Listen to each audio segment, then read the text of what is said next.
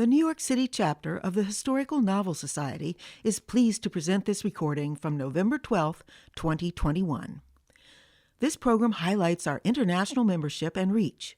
Steering Committee member Julieta Rodriguez and author Stephanie Renee dos Santos join University of Lisbon art historian Silvia Chico in Lisbon, Portugal, to discuss their novels set in the 18th century, a century of light and dark. The authors cover the fraught history of the times and place of the historical characters in their novels. Information about our chapter and its leadership is available at our website, link listed in the description. Thank you, and enjoy the program. I'm not a literary critic, I'm just a reader. And as I was swimming at the swimming pool, this is to make you envy New Yorkers. Just a few weeks ago, Julieta and I were swimming at Praia Grande, and she asked me, can you present these books? And I said yes. So here I am, welcoming you and inviting you to know the works of these two ladies, outstanding works, having something in common, which is the 18th century. Julieta did something, I think it's extraordinary, because she invented a link between two figures of the 18th century, who was Abate Correia da Serra, who was a botanist, a scientist, and Leonor Fonseca Pimentel, who was a heroine who died for liberty and beheaded in the port of Naples. And so she created a link because she imagined that when they were youngsters, they would that they had been together at the court of Naples. So it is a novel in which you find two paths, two voices that are not together, but they are complementary. It's in terms of architecture, if you can say so, of narrative, I find it very, very interesting and original.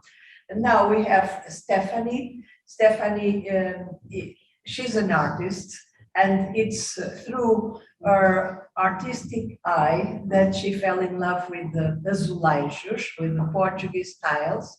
And so she made up a novel, very extensive, that it's in Lisbon, in the midst of the 18th century. That means to say the time of the earthquake. And all this, the problems of the Inquisition, of creative liberty for artistic works for women was completely forbidden. It's very interesting, and I wrote something that now I want to read, and I just leave you to this. It's if I didn't know, if one would not know that she is an artist and a painter, it would guess, because the last sentence of the book, it's one of a character, Paulinha, says to the husband, even if they were through very difficult times, she would say, remember, the thrill of creative grace is the greater of gifts gratification. And only a painter could produce a sentence like this. So it was an enormous pleasure to read both of these books, and I have to thank you both, because that was really a great pleasure. So now, up to you, or to you, explain what you want to explain, or talk about your books, your motivations, the question that can be asked, why did you go there, why did you choose these subjects, to both of you. Okay, would you like me to begin? Yes. Thank you very much. Sylvia Chico she is an art historian and also an art critic, and of the first-rate caliber. And no, it's true. And very knowledgeable. We've had lunch together and talking about the arts and about Portuguese tile.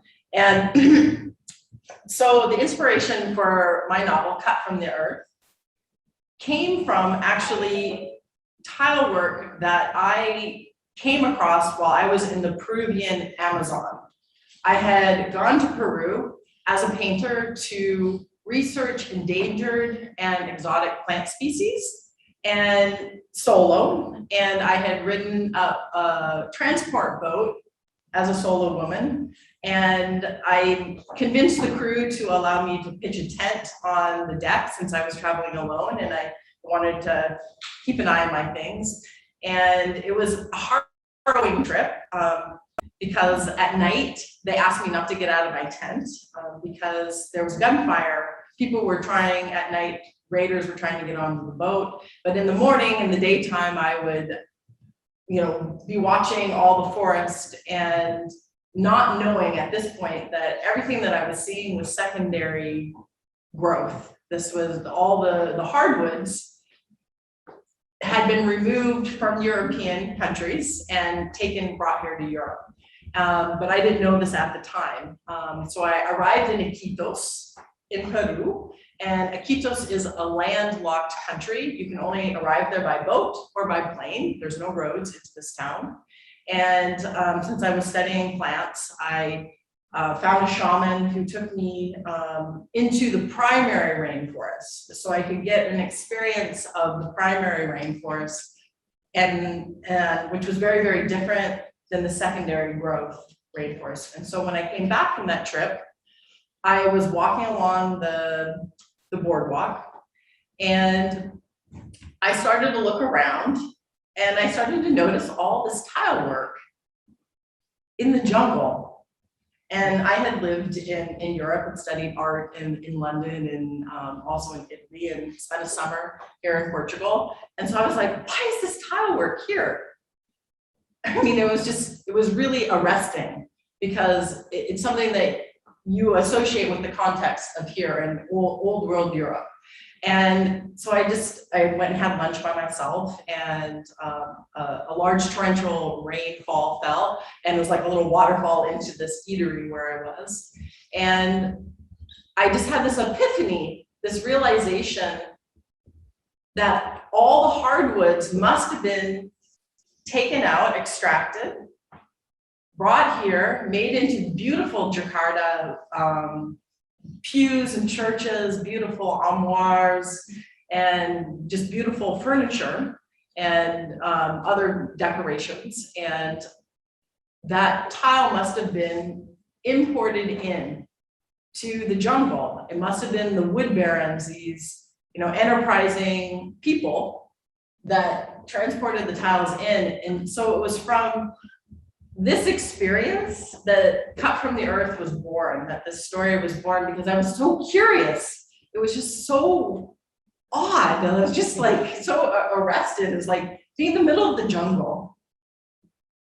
And here are these gorgeous Portuguese tiles, and Spanish tiles. And so I just, as soon as I got back to the United States, I began investigating.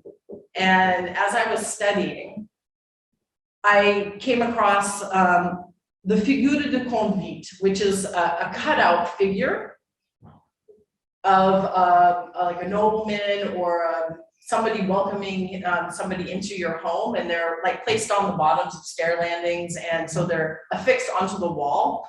And when I hadn't ever come across this in my art history studies, and so I was just completely riveted.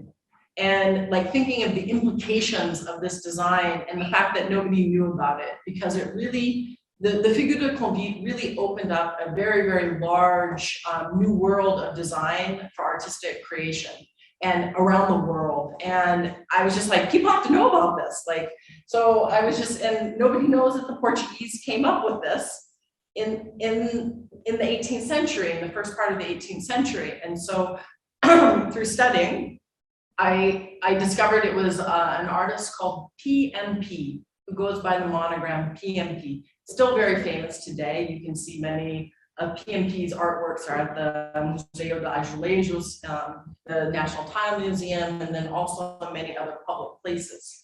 And I just started imagining, Yeah. like, what was the story? Who was this artist? And Luisa, another art historian from the University of Lisbon, Luisa Arruda. her name kept coming up, and so I started. She made a thesis, not PhD, but master's thesis about figuras de convite, because her father is a very big collector, and he has all this. She had that in her house, you know, and this is very common. This PMP died during the 30s. He didn't go until the earthquake, but he left the mark. So you build up your character from the mark. Well, I hadn't come across that information because it's from my conversations with Louisa. It's actually a mystery of art history, really about who was PMP. There's some thought that possibly it was a padre who ran a large tile making shop. That's the last news that I have. Okay, well now maybe not good. You're gonna have to go and check this out, but That's what she told me yesterday. Okay, so It's a character. Who cares? So I imagine the story about who was PMP, and it's not necessarily what you would think, because through research like visiting the Fábrica Santa Ana, which is a still working tile factory, that here in Lisbon. They've been open since 1741, producing tile works. Yeah. When I worked with people there researching, it became apparent to me that the name that's placed on a tile work of the factory or one person may not necessarily be really the person who's doing the work. And so as a historical novelist, that really opened up a very large arena to imagine who really was PMP, because I was under the impression that it was ambiguous, it was unclear at this point, really who was this master tile maker. And it's from there that the story evolved. It's a very good starting point. This mystery, it's very good.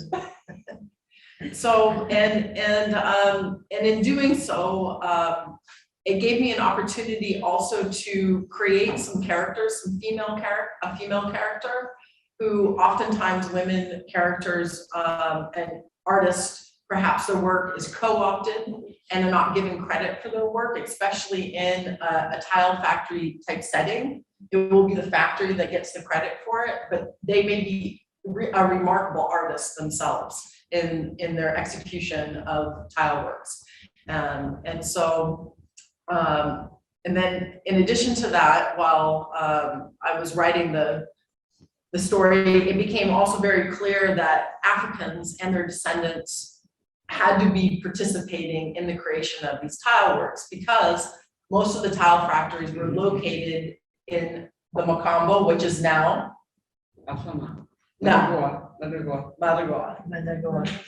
And so that is a little bit about how my inspiration for the story came. It was actually from this time in the Peruvian Amazon, and then from discovering the Figura de Convite, and then also the Great Lisbon earthquake, which was a major, for the 18th century, besides the French Revolution and the Enlightenment, it really was one of the most important events in all of Europe, and it affected everything. And again, lots of people outside of Lisbon, outside of Portugal, don't know about the Great Lisbon earthquake. Everybody knows about the French Revolution, but everybody should know about the Great Lisbon earthquake also, because it inspired Voltaire to write Candide. Yeah, and I mean, there's so much that it inspired, and so, but we'll get into that through the talk. So, okay, this is a very good introduction. Julia, do you want to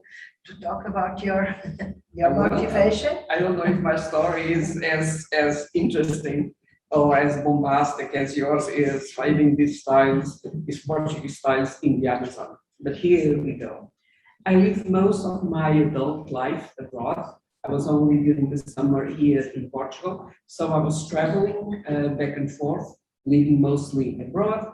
And one day I am in the city of Naples. It's Saturday morning, beautiful bright day, and I'm walking around the Spanish quarters.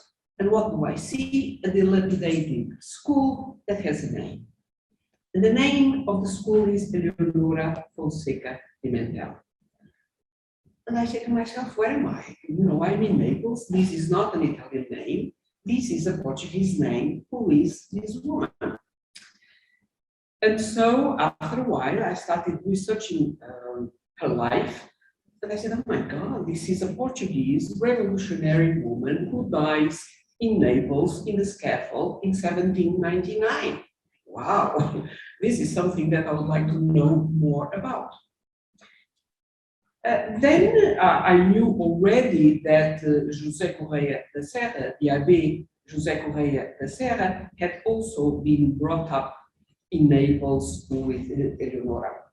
But while Eleonora is a poetess, and it is a librarian to the Queen of Naples and lives all of her life in the city, José Correia da Serra, after a while leaves, he spends his adolescence there, is a pupil of very famous people like Genovese, for instance, and after a while he decides to join the priesthood and leaves Naples and then goes to Rome, where he becomes a priest, then is in Portugal, and he is one of the founders of the Academy of Sciences of Lisbon, and from there he goes to London, Paris, Philadelphia, and Washington, D.C. So these are two people that are brought up in the same city with such different lives. And I started studying his biography, and he arrives in America in something like 1812 or 1813. And this is what happens at that time. People arrive with letters of introduction. And one of the first people that he really wants to meet is Thomas Jefferson, who is at the time and had been in the past the president of the American Philosophical Society in Philadelphia. Thomas Jefferson, the man who was twice president of the United States, who was vice president of the United States, and ambassador to France, among other things that we will see a little bit later. He writes to Jefferson and says, Mr. Jefferson, I'm new here, I would love to meet you, I have letters of introduction, can I come and visit you in Monticello? And Jefferson is delighted. Says, oh, absolutely, please come. It takes a year for them to meet, but finally, Correia da Serra leaves Philadelphia and goes and visits Jefferson in Monticello.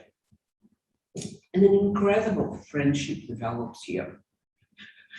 We have this former president of the United States with this Portuguese man who is a priest, a botanist, and a diplomat to be, and they have an incredible friendship that is very clear in all of the letters that they wrote throughout all these years. So the Abbé goes there, stays for a while because those trips were very difficult during that time. It takes a while to get to Monticello. And in the correspondence, their friendship is something that is indeed moving, because Jefferson is always saying, when are you coming back? The other says, you know, I don't know when I can come back. Oh, please come as soon as you can. I'm dying to see you again.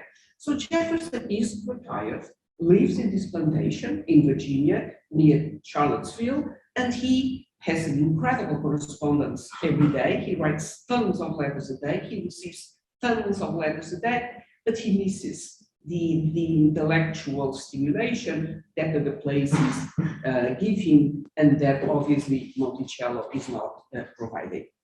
So he, Correia da Serra, brings Jefferson a letter of introduction from whom?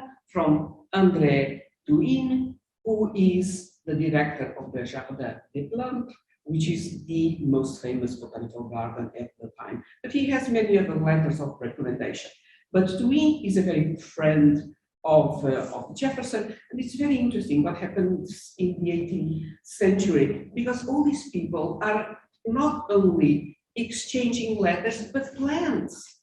They send plants and they send seeds throughout, the ocean, through different continents. So Dewey and Jefferson have been in touch since Jefferson left Paris as ambassador, but they have been in communication throughout all these years because of this exchange of plants and seeds that Jefferson cultivates in his botanical garden. So Jefferson says to Correia da Serra, you know what?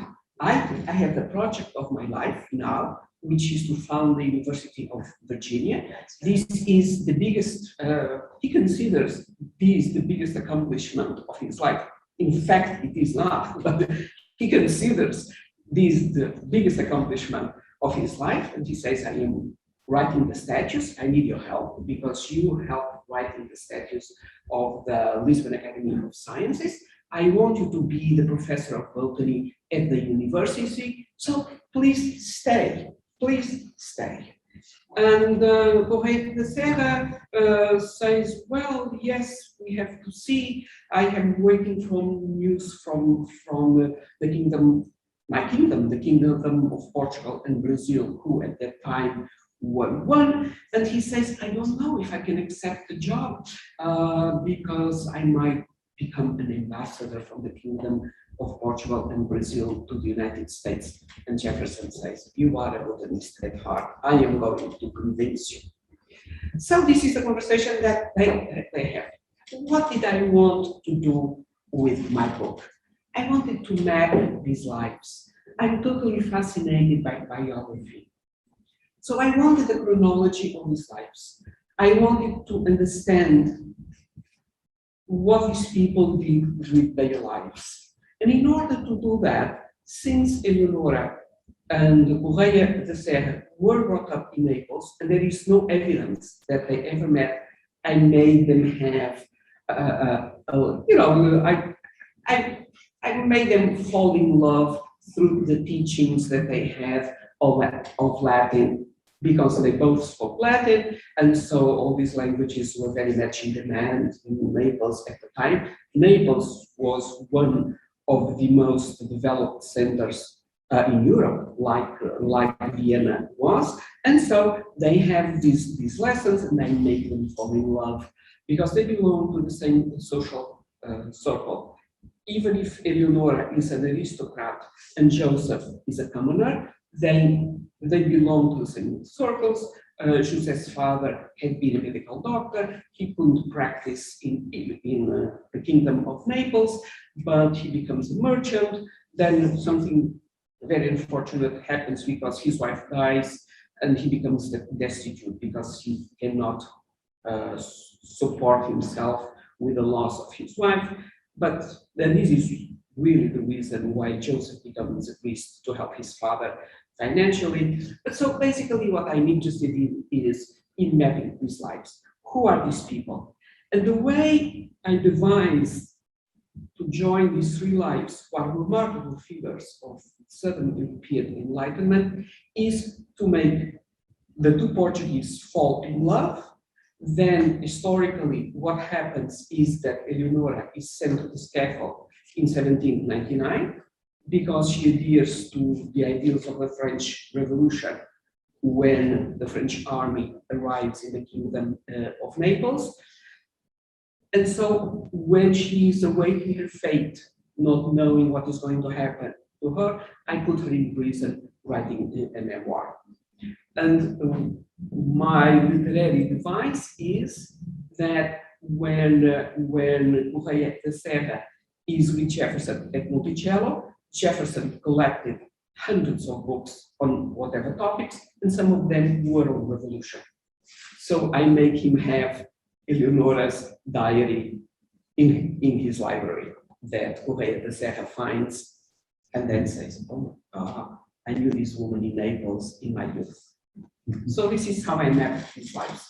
That's a very clear explanation of both of you. Well, maybe now the audience would like to have some questions for you. Perguntas às escritoras. Perguntas podem ser feitas em português, ou então nós continuamos e depois as perguntas vêm no fim. I would like to just give a little bit of a story synopsis real quick before we move on. Good. So my book's Cut from the Earth. Really, it's a story about tile making at the time of the Great Lisbon earthquake and what was lost, what was Portugal, what was Lisbon at this time, because it was, from my research,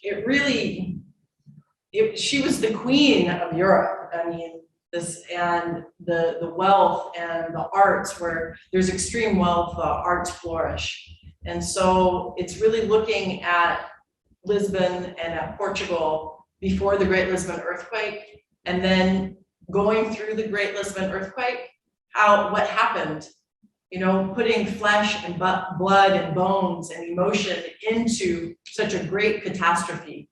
And then the resilience of the people that were here that rose up from the ashes of the destruction. I mean, it truly is remarkable. And so that's just a little synopsis. Portuguese tile, the Great Lisbon earthquake, and the great endurance of people. And I would compare it to kind of what's happened here with COVID. That people have come together in this nation and worked together to become, everyone vaccinated. It's one of the most vaccinated countries in the world. And I feel like that character today, you could see the character after the Great Lisbon earthquake. That's very nice. Yeah, that's the continuity of history, history in present day. Our admiral is maybe a descendant of Marquês de Pombal. Who knows? I think one of the things that is so good about Stephanie's book is the descriptions that she has of Lisbon and the Lisbon earthquake. This is extremely well done. Yes, the setting of your book is extremely well done. And from a perspective too, they're like voices that we haven't heard. The African voice, the descendants of voices, and also women's voices, because oftentimes lots of the historical records are from men. And so we don't have that voice, but we need that voice. We need to hear it. What were the struggles? What were the passions? What were the fear, the Inquisition? It's genius how an American girl, she was a girl when she wrote that, could sense that, like she would know Portugal from always. I think I must have been a Portuguese in another lifetime, perhaps. No, but describe a little bit more what the head of this factory does. I think you should describe that, because what he's trying to do is basically free some slaves and bring them to work in his factory. Why don't you go into that? So the secondary arc of this novel is the voice of Africans and their descendants and their contributions to the tile making trade, and what were their passions and struggles. And so the protagonist, his name is Pero, and for the PMP, and his wife is Paulina. And so again, PMP, there's a way that I could bring both of these two characters under that monogram of PMP. And Pero and his wife have worked a lot to help free, with the proceeds from their tile making factory, to release the people that work for them, to honor their freedom, and to assist them in liberating themselves in addition. And so what was interesting when I was researching was coming across at this time, this is really fascinating for me, was the conversation around emancipation was already happening here. And this is 1750s. And whereas in the United States, it would be 104 years later. Everywhere in Europe, the earthquake brought us modernity, so to speak, in the way of building. But it was even Designing. before though, that's the thing, that from the historical records that I've accessed, the conversation was already alive about manumission, about emancipation of people.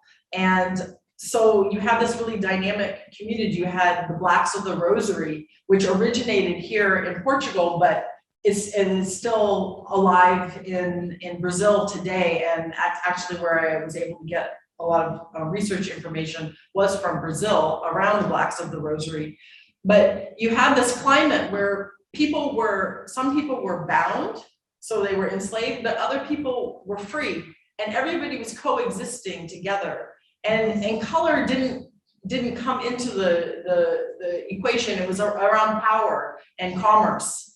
And so it just really struck me to encounter a people and a culture that the conversation around this issue was already on the table in the 1700s. And so, Yeah. And it's very interesting because Stephanie's plot is basically the understanding why this guy who is the owner of this factory is so interested in helping these people who are slaves, who are in bondage. And the plot is what he does and what his wife does in order to achieve this goal. So it's and also the Pero, his ethnicity, he's Portuguese, but what is Portuguese? It embraces a lot of different cultures and a lot of history. It's a melting pot. Portugal is also a melting pot. Yes, and so his olive brown skin, I'll leave you to, decide his ancestry. And so that's a little bit about the setting and the social climate, but the economic climate was really, Portugal was extremely wealthy at this time. Yes. And Well, okay, let's not talk about that. I could go into my settings. Let's not talk about that. I have a question, and I apologize, I did not get your name because I came in late. I have a question about how you handled any kind of slavery in your book. Monticello is, I just visited this summer, it's steeped with, you can't deny the slavery or that Monticello was built on the bones of other people.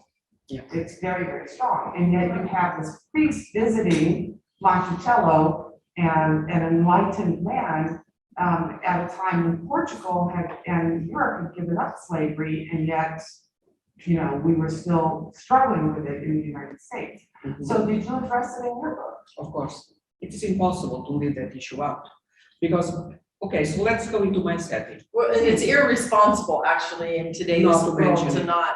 Absolutely. It's something that even Americans are not leaving out. It's, the Americans are discussing this, and this is a big, big issue. So let's go into the setting of Monticello, and I will describe that. This is a manor house in the state of Virginia near Charlottesville.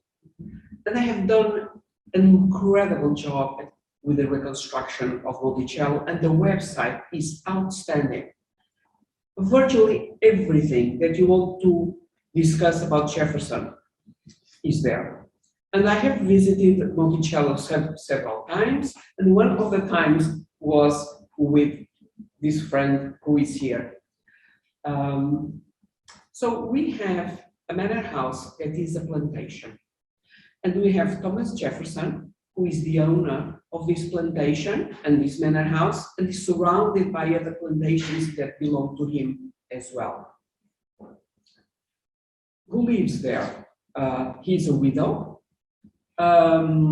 He's retired, and so he's there on a permanent basis. And his daughter, Patsy, is with him, and her husband and the children. And there are many children, some of them die, but that she has many children, around 10 people, around that. And these are white people surrounded by blacks. During his lifetime, Jefferson had 600 slaves. And these slaves were inherited when he married his wife. So he has a first wife, then he becomes a widow, and he goes to Paris as ambassador. He loved her, more or less to forget her. He goes to Paris as ambassador, he stays there for 4 or 5 years. And so the first slaves that Jefferson acquires are the slaves that he gets when he marries this woman, Martha. And this is an incredible paradox, because Jefferson wrote, in my opinion, one of the most fascinating documents of human history, if not the most fascinating one. Let me just say the words. I have him here.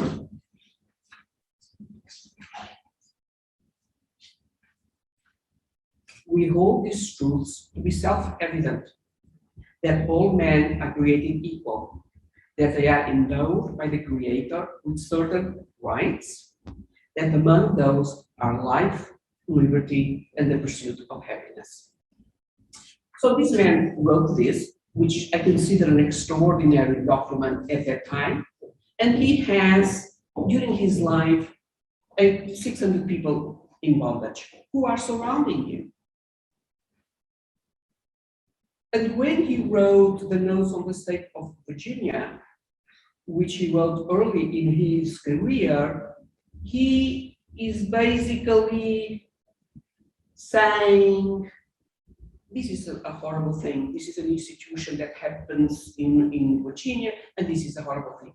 But as time goes on, he stops saying this. And you know, people have different interpretations. And my interpretation is that Jefferson loved to live in luxury, which he did. He didn't see the paradox. He didn't see somehow the contradiction of his life. And basically, a few years after the Notes on the State of Virginia, which is one of his famous books, he says, well, the next generations will have to take care of this. We really cannot do anything. And, you know, at least we could think that these plantations were profitable under an economical viewpoint, but they were not. So everybody is losing. The masses are losing. The people in bondage are losing as well. And, you know, these are people who work the whole week except on Sunday. They are allowed to have their little plots where they cook their own, where they plant their own vegetables, but they work from morning to evening, 10, 12 hours. What happens when Correia da Serra gets there?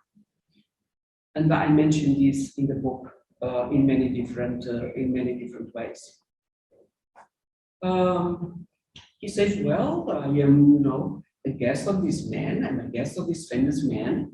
I can't address this the first time I am here, but I will have to address this at some point.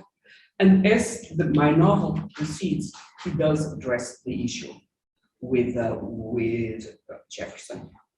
And as I was explaining, what happens is Correia da Serra becomes more and more conservative. And at the end, he basically says, well, Jefferson is humane with his slaves. Well, I'm learning a lesson. You can be a master, and then you can be a humane master. So it's very interesting because when we think of Correia da Serra, who is a Jacobin at the beginning of his life, when you see it at the Academy of Sciences, we could never expect a Jacobin to say something like this. And actually, Eleonora is against slavery, and she says that in one of her texts. Whereas, you know, he's accommodating, he's having a great time, Jefferson is a great host, yes, all these people are in bondage, but he treats them with humanity, which in fact is not so much true, because if the slaves of Jefferson left the plantation, he would bring them back and beat them as an example to the people. Then there is another very interesting detail here. And that detail is what happens between Jefferson and Sally Hemings. So Jefferson becomes a widow, and what happens is that Sally Hemings brings a second daughter that Jefferson has to Paris to be with him and the first daughter that is already there. And Jefferson brings Sally Hemings' half-brother in order to train him to be a cook. And this, this is the talk of the town in Paris. This guy, Jefferson is coming with a slave. What's going on here? So Jefferson is a very interesting figure. He is very sociable. Everybody is talking about this in the back of him. No one is able to address him openly about this issue. Then what happens? He misses his daughter. He lost another daughter during the time he is in Paris as ambassador, and he wants the remaining daughter, who is in the United States, to come to Paris to be with him and the oldest daughter. Whom does she travel with? With Sally Hemings, who is a slave in the plantation. They cross the Atlantic Ocean, arrive in London, and then from London they go to Paris. And at that time, Jefferson is very interested in this painter called Maria Causeway, who is a married woman, but he has this incredible little booklet to her about this question of the heart and the mind, and which one should be more important in terms of relationships between two human beings. Is the mind more important? Is the heart more important? But he's very much in love with this woman. And Sally Hemings gets there, and suddenly everything changes. By the way, Sally Hemings is very much the age of the oldest daughter. So she's an adolescent, 16 or 17 years old at the most. And it seems that an affair starts there. And it seems that Sally Hemings, when she arrives in America, was pregnant with the first child by Jefferson, and the child dies. So here is this man who has a mistress who is his slave, and he fathers, through the course of their life together, which is something like 40 years, he fathers several children to her. And this is only discovered recently by the DNA that is done on the descendants. So this is something that no one for a while wanted to talk about in America, because Jefferson was in such pedestal. And suddenly there is this, actually this started with a novel. This woman that started looking at Monticello and started looking at what was going on, and it is a novel that first unveils this possibility. It's not a book of research, it's a novel, which I find fascinating. So during the course of his life, they have several children together. It's not clear, but one or two die, and so there remain 4 children. 2 of them leave the plantation during Jefferson's time. They disappear, and he doesn't do anything.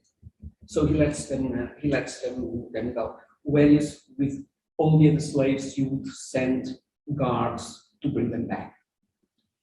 And then when he dies, he frees 2 of them in his last will. But you know what happens after Jefferson dies?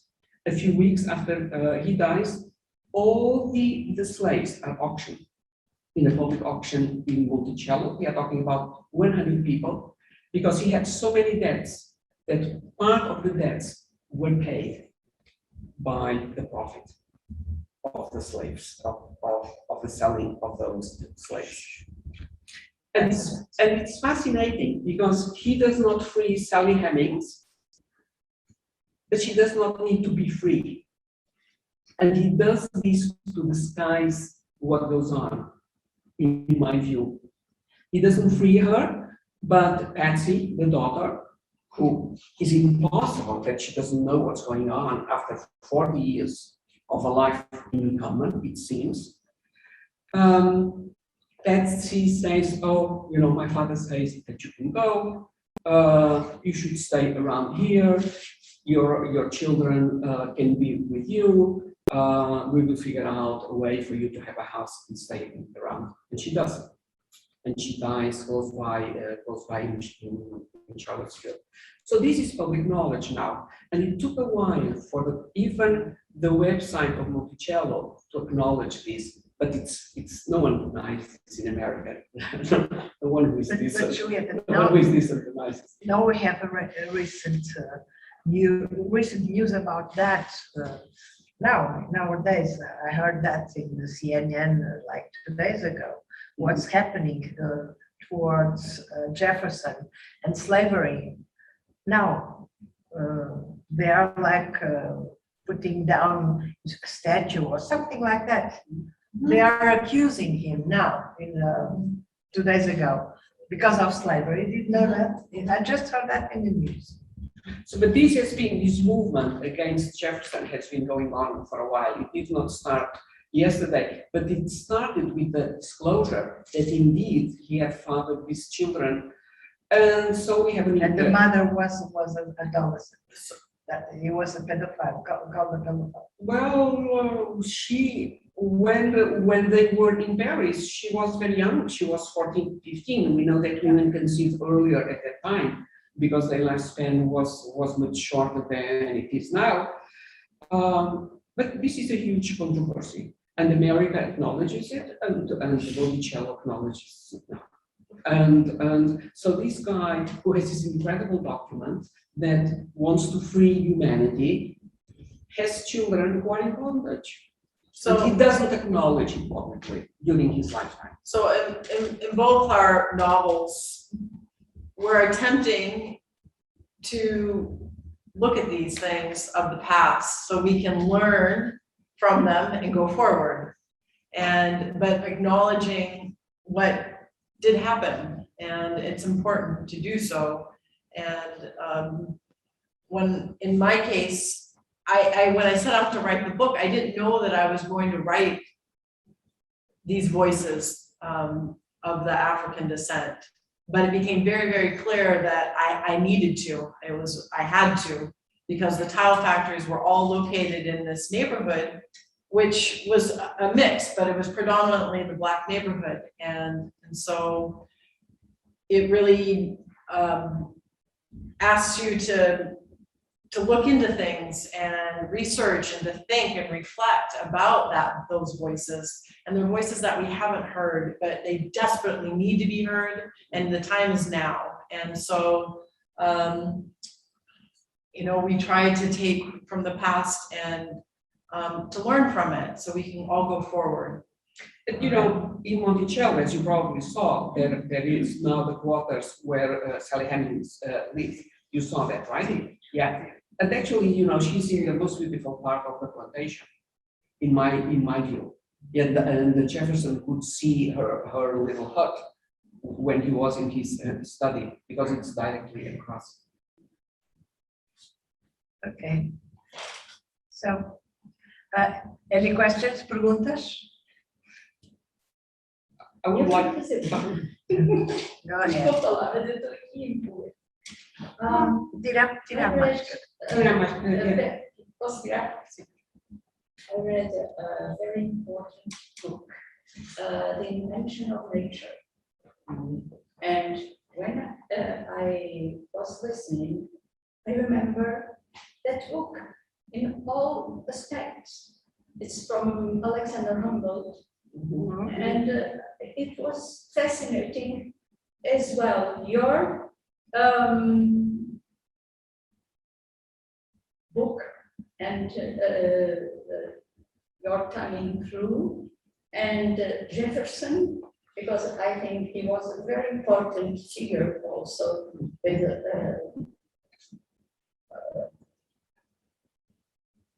his friendship with Jefferson. Yes, and Colette, it was him. Yes, both of them were very good friends with Humboldt. é que é um livro fascinante e faz a ponte entre os dois discursos. Good. No, it's amazing how these people love nature in the 18th century. I'm fascinated by this concept. And you know, in my novel, I have a lot about that. You know, they go to the countryside on walks and they discuss this and they discuss the other. And Jefferson is very interested. He has a lot of care for his vegetable garden. He has every day 100 slaves working on his vegetable garden, and he creates all these species and he mixes up the Spanish tomatoes with the other tomatoes, and he has all sorts of different vegetables. So all these are experiments in nature, and they are fascinating experiments in nature, fascinating. And both men, and this is why Jefferson was so interested in Correa de Serra, is that Correa knows about botany and can explain to Jefferson, you know, how to go about this seed and about that plant. And they planted trees together in Monticello to solidify their friendship. So nature really plays a wonderful role in this. And even before, you know, the last phase of Louis XIV, the King of France, much earlier, he was also experimenting everything about plants. And with this gardener, with this famous gardener, it's something that it comes to the Western culture, that it's very much developed in Orient, and also in Germany. In Germany, they have wonderful philosophical gardens. Can you imagine something called a philosophical garden? It's really, and with a connection with Orient. So it's something that it's really gaining. And it really influenced the arts also, both these things. Yeah. So, You know, these and the Enlightenment, I mean, that's another commonality between our novels is when the Great Lisbon earthquake happened, the ideas of the Enlightenment were already flourishing, they were already blossoming, and yet the Iberian Peninsula as a whole was still very steeped in Catholicism, and the Inquisition had a very strong hold here. And when the earthquake happened on All Saints' Day, November 1st, 1755, we're past All Saints' Day now, so we can talk about this. We survived.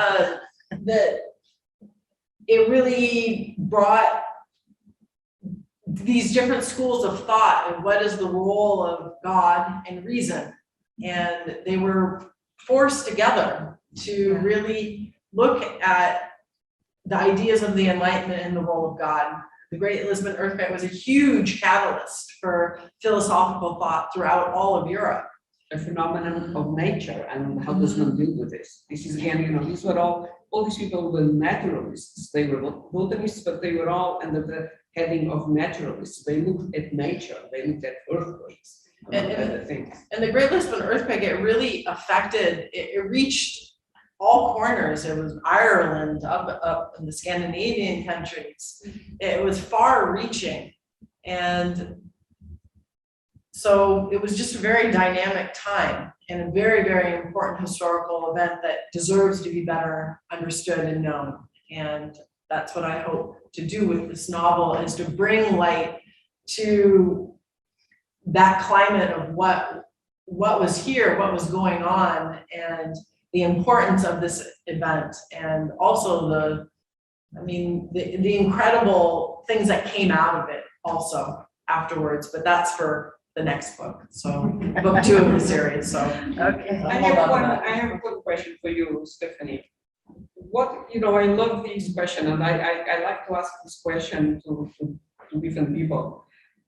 What did you leave out in your book that you would have liked to have included, and that you couldn't put in? Oh, so every author comes to this point where you have to cut your darlings. I think that Stephen King is the author that said that.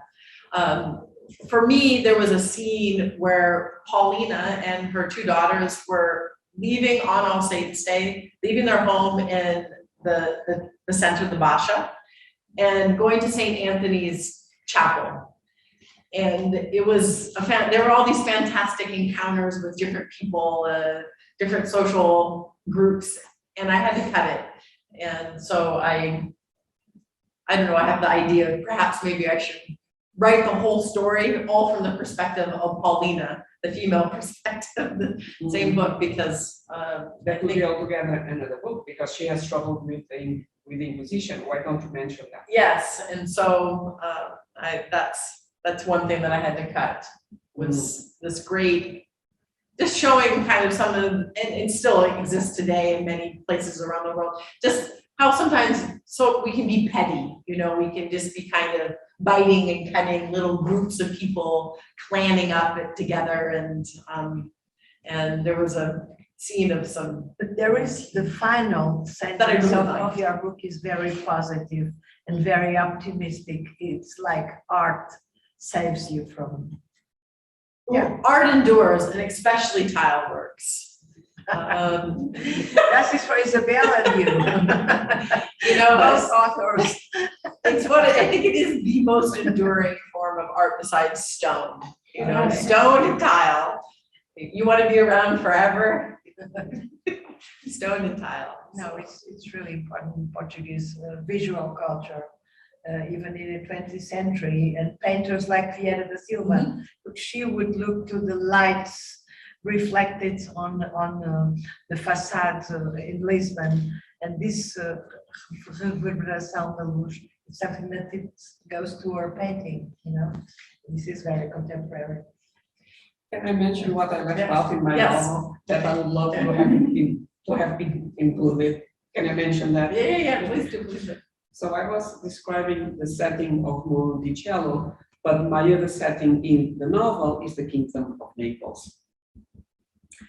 And so Eleonora is librarian to the Queen of Naples. She's a poet, and she's librarian to the Queen of Naples, Carolina. And I was fascinated by what happens when Emma Hart arrives in the Kingdom of Naples. Does anyone know who Emma Hart is? Oh, Emma Hart is this prostitute in London who is the mistress of Charles Greville, and he is the nephew of the ambassador from Britain to the Kingdom of Naples. And one day, this envoys Lord Hamilton, and one day he's in London and he meets his nephew and the mistress, Emma Hart. And Lord Hamilton becomes a widow, and he says, well, I don't have heirs, so what am I going to do with my money? I might as well leave it in my last will to my nephew, Greville. And Greville is very thankful, he's delighted that he's going to have all the money that the uncle has. And he says, well, why don't I send Emma to you now, I need to find a wife, I need to have a life, I need to have a different outlook on life. Why don't I send Emma to you? And Lord Hamilton says, yeah, why not? Do that. So Emma Hart travels from London to Naples with her mother, and she arrives there and she stays at the residence of the ambassador in Accesso. And Emma doesn't understand what's going on. Emma writes these incredible letters to Charles Greville and says, it's very nice to be here, but I miss you, when I'm coming back. I would like to go back as soon as possible. Our uncle is very nice, but I have been here for 6 months and I would like to go back. And he says, well, I'm sorry, my dear, but there is no return ticket. I'm going to get married to this lady, whatever, and you are stuck there with my uncle in Naples, and make the most out of it. And Emma is a very smart woman. And Emma says, well, why not? After all, it's not such a bad life compared to what I had before. And so Lord Hamilton starts bringing her to the royal palace to be with Queen Carolina and King Ferdinando. And this is totally against protocol because, during those times and even now, you don't bring your mistress to a diplomatic reception. But he starts bringing her, and suddenly Queen Carolina enjoys very much the company of Emma Hart. She's smart, she's young, she's beautiful, she brings news from what's going on in England, and they become very good friends and very close friends. And so time goes on, they are very close at one point, and the ambassador does marry Emma Hart. Now she's Lady Hamilton, she has a position in society. And what happens in 1798? Who arrives in Naples? Lord Nelson, who is a naval hero, who has won the Battle of the Nile in Abu Ghraib in Egypt, and he is wounded, and Carolina calls him Il nostro liberatore, because Queen Carolina always wanted the help of the British against the French, and he's providing that. And so he liberated the Eastern Mediterranean from the French. And so he arrives there and he's wounded. And where does he go to? To Villa Sesto, the residence of the ambassador, to be taken care by whom? Lady Hamilton. But this is in the book though, but. No, this is reality. This is not. I know, but what was the part where that didn't make it in? This part, Okay. and I would love to have discussed this. I would have written this book if it was not written already hundreds of times. This story has been written hundreds of times, and I would love to have written it. Because this is the volcano lover with Susan Sontag, absolutely. And so they have this incredible love affair. They write this incredible letters. The hero of the Nile is completely enthralled by Emma. And it's very tragic what happens at the end, because these three figures are responsible for the death of my Eleonora. And so it's very tragic because Emma Hart and Queen Carolina are very good friends. Lord Nelson becomes his lover, and they both decide the three of them decide what is going to happen to Eleonora, and Lord Nelson is the one who executes the plan. Because she is ready in the Bay of Naples to leave, to go to exile with the other revolutionaries in the defeated Napoleon Republic. She's ready to go, and he takes her out of the boat. He sends orders to take her out of the boat, and this is how eventually she's executed. So I would love to have put this in. I would love to have put this in. I'm waiting for the next book. It has been done. It has been done. Put it on your books. So when we go to London, we have to throw something in Lord Nelson's comment. Yeah, no, he was a war criminal. Basically, Nelson was a war criminal. There's no doubt about that. I was going to make a comment about it, but then I was reading the novel. See, coming from a British background, Lord Nelson is always the hero. And my friends in England, some of them had inherited some of these very elegant flimsy chairs that had been painted. They used to be gilded and they were painted black at the time that Lord Nelson died, because the whole nation went to mourning. And he Absolutely. certainly is not painted as a hero. And so that is something that really captured the attention, because now we are looking at him from another point of view, obviously, because they're looking at him from the point of view of Leonardo. Yeah. I was going to add something else that I found very, very interesting. I very much enjoy looking at the structure of books and how spaces and events and the atmosphere of the places created. And most of the book is taken with your main characters. So you've got three main characters that we have been talking about. And you've got other minor characters. And it seems to me that the atmosphere in Naples is created through other minor characters that sometimes don't even have a name. They are part of the of the crowds of the buses in the streets. And I was wondering whether you'd like to say a few words about it, please. About minor characters. You well, I will go on, and then Stephanie will go on about the minor characters as well. Sure. So I invented this. I love minor characters in a novel because one feels very responsible for the major characters, and in the case of biography, you have to be faithful, to what you know, and there is not a lot of room, unfortunately. And so minor characters, I found them wonderful. Stephanie, I wonder how you feel about them, because they are like stepping stones. You can do with them whatever you want. You can place them here, you can place them there, and they connect the dots. So I enjoyed my minor characters very, very much. And there is one that probably particularly I like, which is his sister, who is of Portuguese descent. Naples at that time has a huge Portuguese population and a huge Spanish population, because Ferdinand's father is King of Spain. So the connections are very clear between Iberia and the Kingdom of Naples.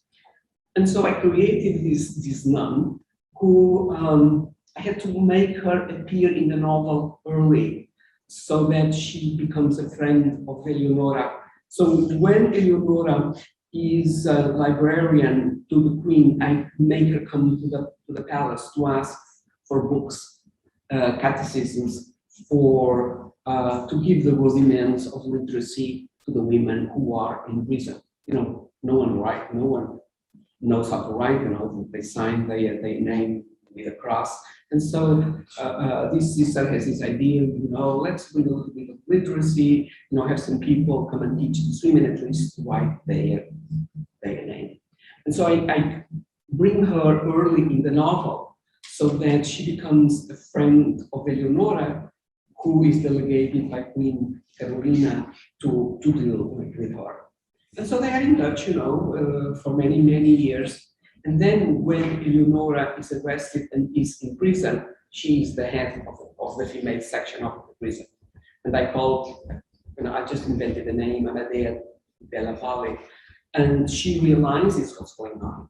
And she realizes that Eleonora is in jail, but she might be dead in a few weeks. And so I have this scene that I enjoy, in which she brings discreetly into the cell. She brings a little desk and a little chair, and the desk has a compartment, a secret compartment. And she says, Eleonora, here is parchment paper, and here is ink, and here is a quill pen. If you want to write, and hide it, and I will know where your writings are. She's a great character. Yeah. Yeah, she is. She's a great character.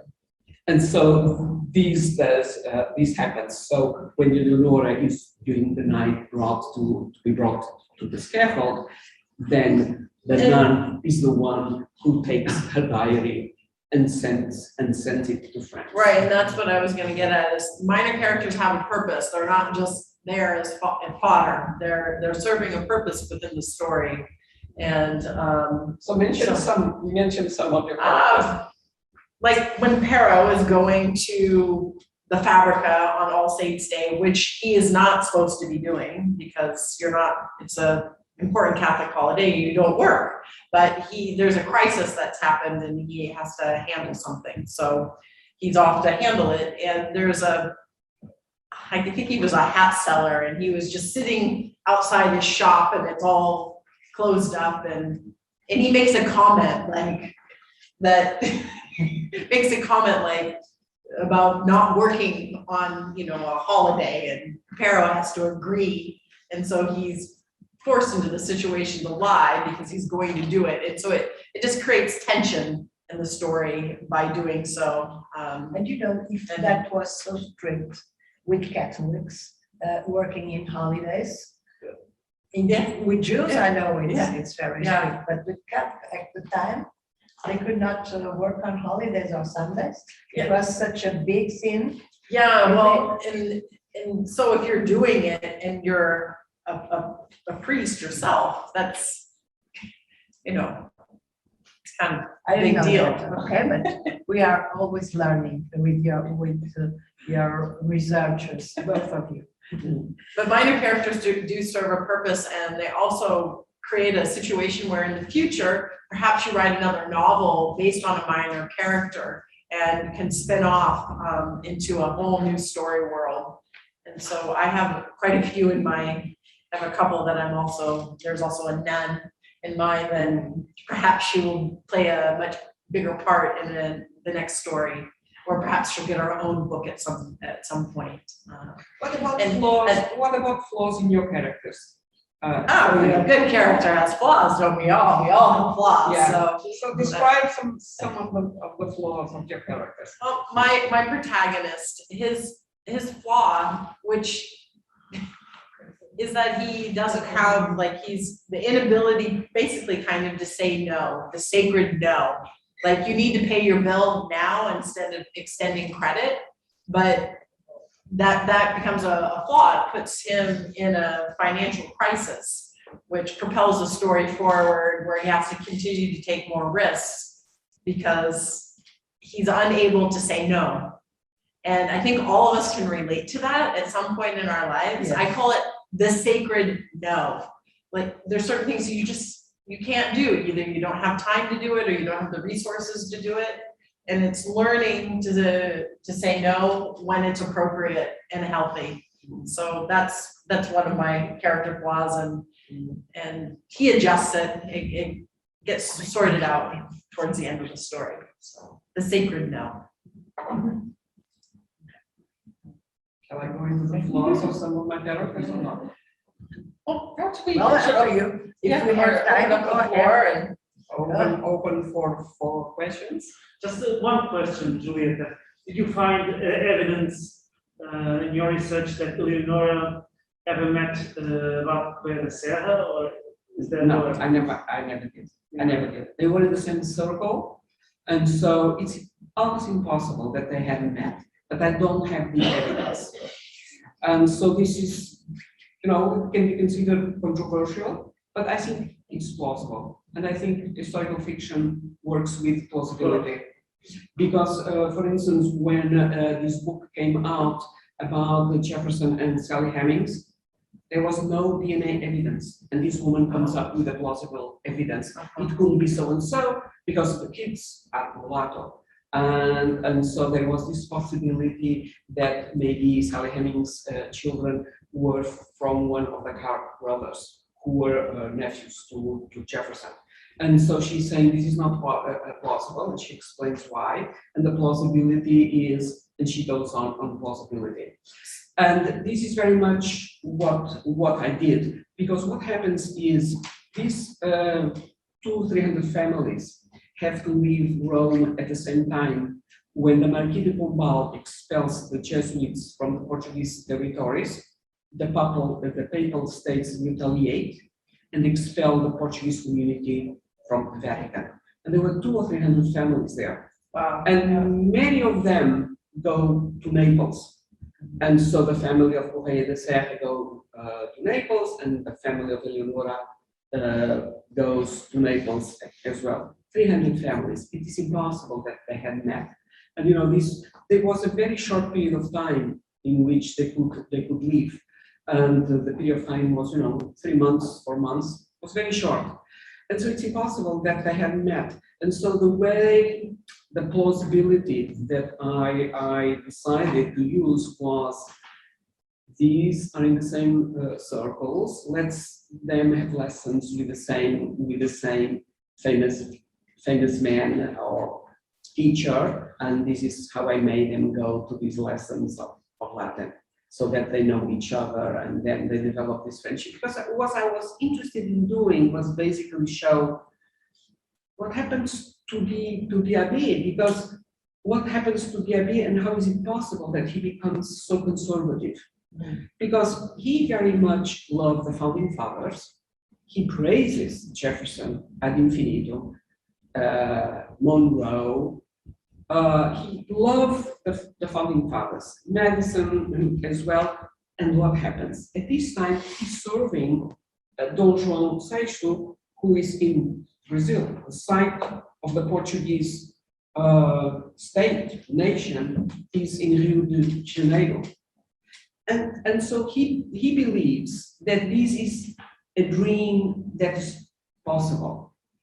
And he is planning to go to Rio de Janeiro one day, but he becomes ambassador to the United States.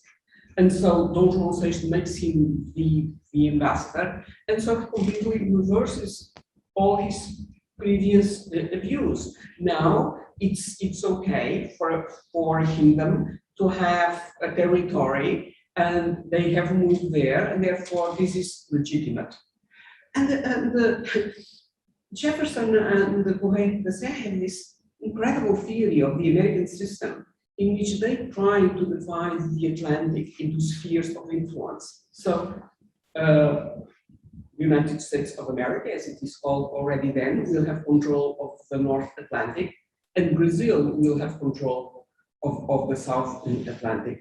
So all his ideals of liberation, of liberty, equality, fraternity are gone because he basically wants the Portuguese government to continue ruling Brazil. Plain and simple. This is what he wants. Okay. More questions? Mais perguntas? Podem ser feitas em português? Se não, it's up to you. You both. You want to say something more? Well, just to talk about the theme of the talk, the century of light and dark, 18th century historical fiction, and just to touch on a few points. The light of the 18th century within my book would definitely be the artistic contributions of the innovation of the figure de convite, and then just the whole cycle of the masters. It was a extremely exquisite period of time of Portuguese art making and tile works from the early 1700 and then onward into the end of the century. And then in addition, I would also say the diversity that has been in Lisbon and in Portugal would also be a light factor. And also, just let me see here, I have some notes here. Those are the two things that really stand out to me, and the affluence also, and the arts and all fields of all craft making. Okay, that went on and on in the 19th century, and now it's pretty much alive in modern architecture today, even in buildings. Many are restored, and other ones are not restored, but using tiles like in the 19th century. So this is a Portuguese Arab characteristic. It comes from a long, the root is very, very far away from us. After the earthquake, the tiles would be in blue and white. Before, they would have a Spanish influence. There would be yellow, three types, and brown. But it's the same thing that after that they had to build in big mass, in big, so it's more Oblivions. More azul e branco. Azulejo azul e branco depois do terremoto. Antes do terremoto havia muita influência espanhola e árabe, e eram coisas riquíssimas que se vê, por exemplo, no Palácio de Sintra, né? Os azulejos da corda seca e essas coisas. Well, just to think about who are the people also that were making the tiles, because there were so many in production. There was a lot of people, a lot of crafts makers, not craftsmen, makers, craft makers, be inclusive in that. And then the dark, to address the dark, the Great Lisbon Earthquake, hands down, would be the dark of the century. I mean, there was about an 8.9 to 9 point on the Richter scale by modern terms earthquake. I mean, it's massive. And the life that was lost, perhaps if they don't have the numbers, but around maybe 60,000. Well, it was a tragedy like here in Chiado in 25th of August in 88, a big fire. This building it's still there, but some others were destroyed. And Chiad was dying. It was really dying. I used to teach in the fine arts school, and I would end my classes at 8 o'clock. And if I go to Chiad was empty, no life at all. And then suddenly that big tragedy, happily nobody died there, but many things were lost. And then we had the work of a very big architect, Cesar Vieira, that made the plan. And now you see how Chiad is. It's Thriving. too many. So it's something that sometimes some people say that nature does that to itself, to trees. They do that to themselves. When they are old, they put fire on themselves. So it's a comparison a little bit exaggerated, but the fact is that after a catastrophe, you had a fantastic city rebuilt in absolutely modern terms. Yeah, like Avant-garde in comparing to the other cities in Europe.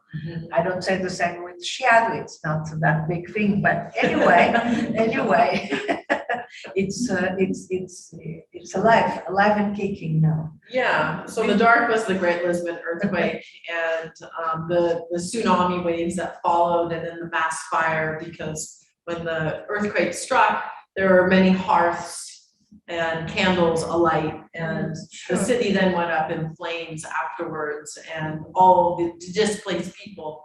And also there was a huge exodus of people that that maybe perhaps lost everything, and people left for Brazil. So it was extremely impactful. They left for Belém together with the king, because in Belém, even Lapa was not shaking, because it was a rock. It was solid. That's why the king, who was very nervous about earthquakes, lived in Ajuda, and Real Barraca, that means camping. The court was camping for decades, you know? Yeah, that's where Marquês de Pombal developed his personality. So, okay. So I don't know if I will mention my dark side, because I already mentioned. your dark and then side. Oh my Include God. our talk here. In my Light novel, and I will mention the dark side in my novel, because I already mentioned the light side, is this conversation between Thomas Jefferson and Correia de Serra, which I found totally fascinating, around nature and the whole idea of the enlightenment of reason. So the dark side in my novel is basically what happens to Eleonora, how she asks the court to be beheaded, which is the honorable way to die in the 18th century, and the court denies her that right. This is a fact. She does ask to be beheaded, and she is hanged like the most common of criminals. So I find this very disturbing. And then, we have to think about these women in the 18th century. They lived in arranged marriages. And, once in a while, they might work. But can you imagine? So this woman was supposed to marry the first cousin, and she despised the first cousin. She really hated him.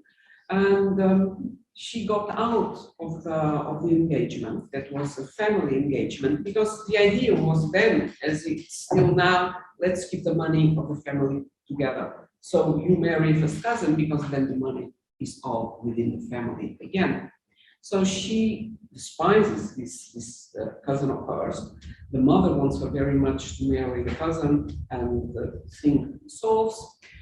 And then the mother dies, and the father says, "You are a spinster, you are 25 years old, and if you don't marry, what is going to happen to you? Your brothers are in the military, and who will take care of you? I am an old man, I'm about to die." So the guy, the father, goes on a search, a long one, to find a husband. And he suddenly finds this husband, who is a lower member of the Neapolitan nobility, a military man, older than her, around 45, a Southern good. And this is the man that this woman ends up marrying. And then is extremely sad because he mistreats her, and they have a child that dies in infancy, 8 or 9 months old. This man takes the dowry. These women married with the dowry so that the husbands will take care of them. The husband takes the dowry, and I always think, would she have become a revolutionary had she had a happy married life? And she didn't protect herself. This is a woman who was unable to protect herself. This bothers me somehow. And there is a beautiful phrase that she has. The court case is public knowledge that of the separation between her and her husband. This is, is in the public domain. And it has, more than 100 pages. It's a huge document. One says one thing, one says the other. And she has this phrase that I find very moving. She says, "Here we are. I have always searched for a love that forever escaped me." This is a woman who in the end has nothing. She has no money, but she basically has love. And so I find this very moving, and I wish she had had the means to know how to protect herself, because she didn't need to die in the scaffold in a foreign land as a criminal alone. So I find this very, very sad and very moving. Oh, on that happy note. Any questions? Okay. Can we buy the book? Yes, yes. Okay, so let's all try to be happy. No, but if you have any other questions, just please feel free to approach us and ask us questions. And thank you everybody from all over the world that has joined us here on Zoom. Just gratitude for your presence here with us. And again, if you have questions, where both of us are available to answer questions, just go to our websites. Mine is www.stephanierenedosantos.com. Mine is my name. It's very complicated to, you can go by the name of the book, it's similar. And I want to thank the Historical Novel Society, New York City chapter for sponsoring us. This was fun. I think we need to go out of New York and do more of this throughout the world. This is a great organization that helps writers achieve their goals. So I'm very proud to be a member Of which we're that both members of, meeting. proudly, happily members of the Historical Novel Society. So thank you everybody for coming. Thank you, everyone. And that concludes our program. We hope you enjoyed it and learned something new. You can find out more about the New York City chapter of the Historical Novel Society and our leadership at our website, or contact us at hns-nyc@mail.com. And finally, please consider supporting our volunteer panelists and hosts. You can contact them at their websites below. Thanks for joining us.